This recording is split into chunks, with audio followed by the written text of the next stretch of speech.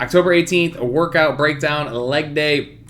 There's not a ton going on in the first block. I will say, I think I've reiterated this in a few older videos. A 3-minute ramp up, I think, is really, really valuable. Just something that I've kind of noticed over time. People are getting so strong. People are moving so much weight that, we need the extra time to baked into the block to get you guys, the allotted amount of time you need to work your way up, rather than just like making this a 17 or 18 minute block and you kind of just got to go.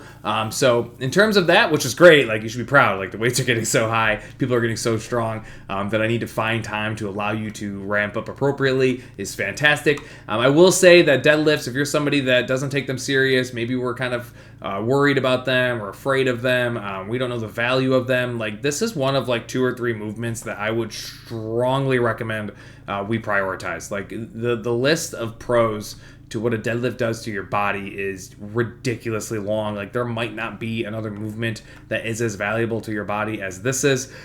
So learning how to do it correctly, understanding the technique, doing whatever you need to do to get the foundational part of this correct so you feel comfortable doing this so you can start adding load to this, should be a top priority of yours. So again, if you're not comfortable, you want questions on technique, call trainers over, get a better understanding of this. This is not a movement I want people to be afraid of or to avoid.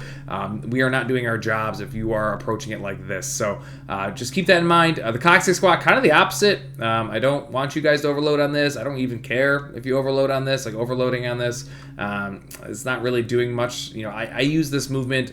So a coccyx squat is literally like a lateral single leg squat. Like it's a lateral single leg squat. If you're going to the right hand side, it's all the same points of emphasis as a squat. Like you want to drop your butt, you want to keep your chin out of your chest, you want to try to stay elevated, you want your knee over your toe.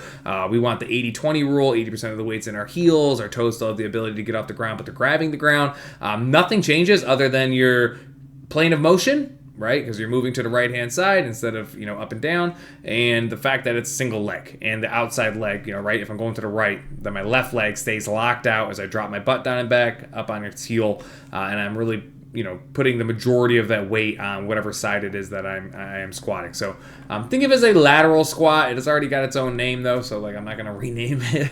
But again, I would also just be not worried about weight and just work on the integrity of the movement via depth and the appropriate line of motion. Now, the second block is the one I really care about. Love this block. I personally play tested this myself. I've done workouts like these many times. I love them. And what I mean by that is ping-ponging back and forth. So it fits right into our monthly emphasis of transitional work. But really pulling back a few layers, we're targeting the same muscle group with an aerobic piece and a loaded piece, and really challenging your lactic threshold and your muscular conditioning through 2 very purposeful movements. So as we all know, the bike crushes our quads and our glutes, really our quads, more so than our glutes, but both of them for sure, taxes them. And then not only is it hammer those 2 muscle groups, but like obviously you're out of breath and you're challenging yourself there, trying to maintain your composure while the burning sensations in your quads.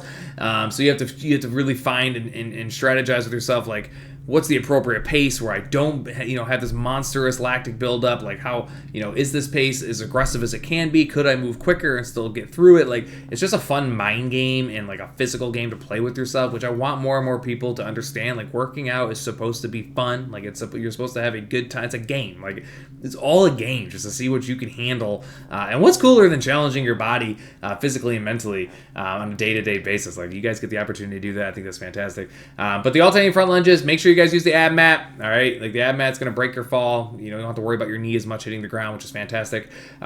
Either mat, honestly, it doesn't need to be the ab mat, either black mat that you guys have at your stations. But you're going to do as many reps on the alternating front lunges as you did calories. So if you do 20 calories, you're doing 20 front lunges. If you do 16-16 and 16-16, right? And your goal is to, figure out, it's 5 rounds. Like I purposely made it 5 rounds. I didn't want anybody to scapegoat themselves into 4 because I know that happens on something that's this challenging. So you're doing 5 rounds no matter what. And you're going to kind of have to pick before you start, like what can my body handle? Like if, am I a strong biker, right? Maybe I should be doing 14-16 calories if I'm a female. I think I have the ability to transition out of that. But the real question is like, it's not 1 or 2 rounds. Like you really should be thinking the back end here. Like what are rounds 4 and 5 going to feel like? Do I still have the ability to hold my pace on 15-16? Like I would much rather you guys pick things that you are you believe you can hold pace on, then just do 16 just because it's the highest number there. And by round 3, 4, and 5, like you've fallen off by like 45 and 60 seconds from your prior splits. When I did this, I was totally focused on a particular split on my bike, and I let the calories accumulate on my bike. So I just go to 20 calories. As soon as I finish my front lunges, I'd head back to my bike. Your bike's clock keeps going. It doesn't reset. And I knew exactly how long my split was. And then I would just try to maintain that multiple split every single round, which got really hard, by the way. And I definitely learned some stuff, to be clear. So, and that's what I want you guys to do. Like, you guys, like, I've been doing this for so long. Every workout, I basically learn something. You guys could definitely be learning something if you're paying attention to, to time markers, in particular splits, given the workout. Obviously, it's got to be applicable to the workout, and it definitely is here. So in terms of the weight, like, that's another added variable, right? Like how much can you handle? Like, I would strongly promote that you err on the side of a little bit heavier, and load yourself up to really work on that lactic threshold, because again, the heavier weight like crushes in terms of the lactic that builds up. But again, you can do whatever you want. Maybe you want to go a little bit more volume and lower the weight here, and you guys can go that route as well. And then the TRX bridge ham curls, like I said, I think I said in a previous video, I'm trying to emphasize these a little bit more, and it just fits perfect. Like, once you get done with this Metcon, like, you're not looking to do anything else besides lay on the ground. So why not hit the posterior side of your body is like the most efficient way possible, and just get the lay on the ground after you finish the Metcon. So track this, guys. What you're really tracking here is how many reps you're doing unbroken. Like, there's a difference between 10, 12, and 15 reps unbroken of this movement with a 1-minute break. Like, this stuff adds up so fast. So again, write this down, track it. Let's hopefully see the capacity go up and the posterior side of your body get stronger over time, which we can only do if you write things down.